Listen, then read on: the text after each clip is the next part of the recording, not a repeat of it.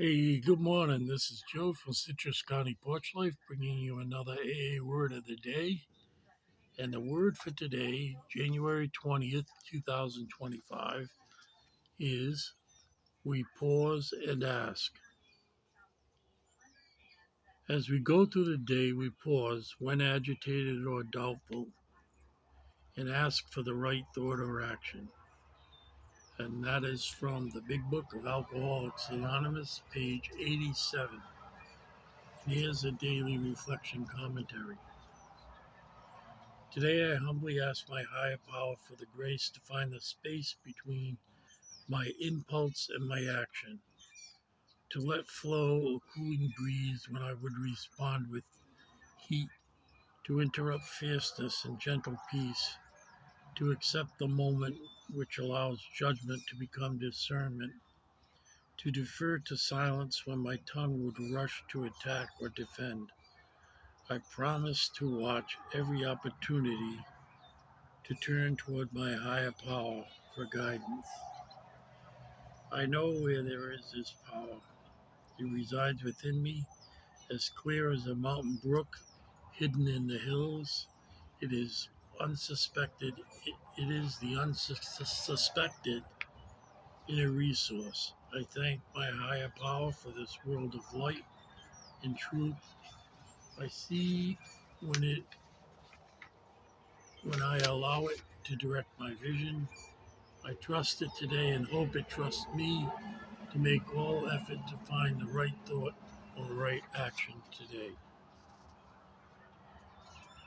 Ooh, this is packed with so many tools to help us manage our lives. And I love step one. I love it. It's uh, it's like visiting an old friend. Yeah, I spent 6 months doing step one when I first joined AA with the group that I had. And that's all we did. We didn't talk about any other steps. We did step one. And the words, I had never heard John Barleycorn except maybe in a song, but I never knew what it meant. Then the phrase, a rapacious creditor.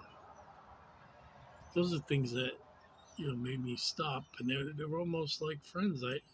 It's kind of like my grandmother had a sister.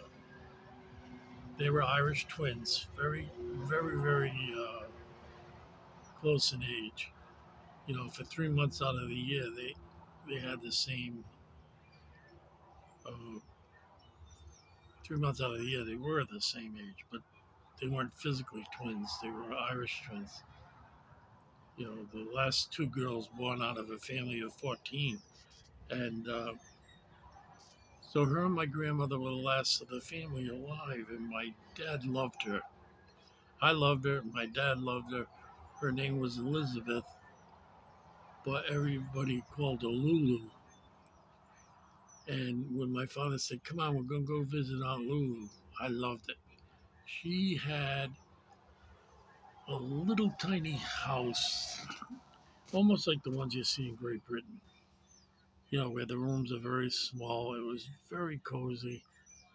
And she would regale me with stories from her youth about her parents who believed the earth was flat and wouldn't let her travel because they thought she'd fall off. And I loved going there. I loved just being there, hearing her, looking at the pictures on her wall. Very, very close because the room was small. You sit on the couch, the pictures were over the couch. And that's what it's like when I do step one. It's like going to visit my great aunt. Uh, just wonderful. And there are so many things in here. I think the most important thing is pause. Pause before you do something. And I've many times talked about the woman that came to my meeting in Rhode Island who, went out, got drunk, and killed three people. And I am sure to this day that she is wishing she had paused before she picked up that drink. She was a very nice person, but she had alcoholism, and I can't take her inventory, but I can be pretty sure that she wished she had paused and not made that decision. So for me, giving myself that little bit of time, I can get so mad so quickly. And I'll give you an example, a personal example, not even a week old. I went to the store and I saw there was a bus from an assisted living facility not far from here, and I said, "Oh no, here we go," and it was just as I thought. Now I'm 70. I'll be 75, so I guess I am an old person. But every aisle there was someone who put their cart in the middle of the aisle and then stood on the other side of the cart, so there was no way you could get around them.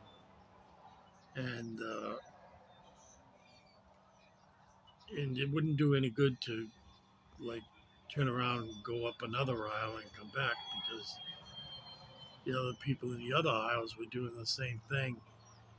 And I was gonna say, will you move, maybe even swear, will you move the cart?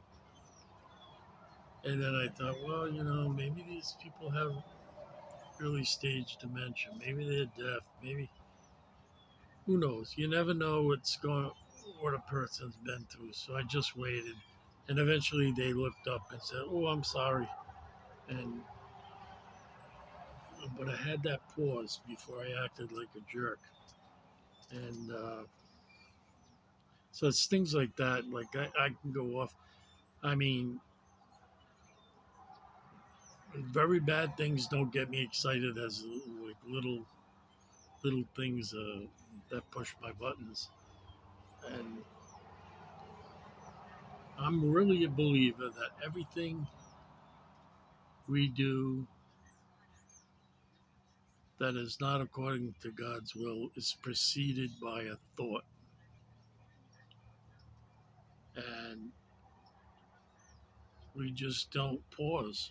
We have the thought and we go on and fulfill the thought without really